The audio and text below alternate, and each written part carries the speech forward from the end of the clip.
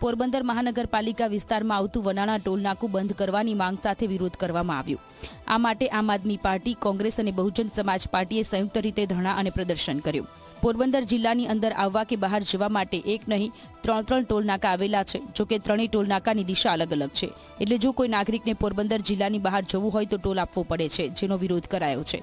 આ સાથે મ્યુનિસિપલ કમિશનરના રાજીનામાની માંગ કરવામાં આવી છે, જ્યારે કમિશનરે અન્ય માર્ગ કાઢવાની વાત કરી છે। राज्य અને કેન્દ્રમાં બળબડ કેબિનેટ મંત્રીઓ બિરાજમાન હોવા છતાં આ પ્રશ્ન સોલ્વ થતો નથી અને આ ટોલ નાકુની પર લૂંટ નાકું બની ગયું છે અને આની અંદર પોરબંદરના ધારાસભ્યો અને કેબિનેટ મંત્રી અર્જુનભાઈ મોઢવાડિયા તેમજ કેન્દ્રીય કેબિનેટ મંત્રી મનસુખભાઈ માંડવિયાની ખૂબ જવાબદારી બનતી હોય છે, આમ છતાં તે આખાડા કામ કરે છે। અત્યારે શહેર દ્વારા શહેરમાં જે આખો ડેવલપમેન્ટ પ્લાન બનાવવાની કામગીરી હાથ ધરાઈ છે।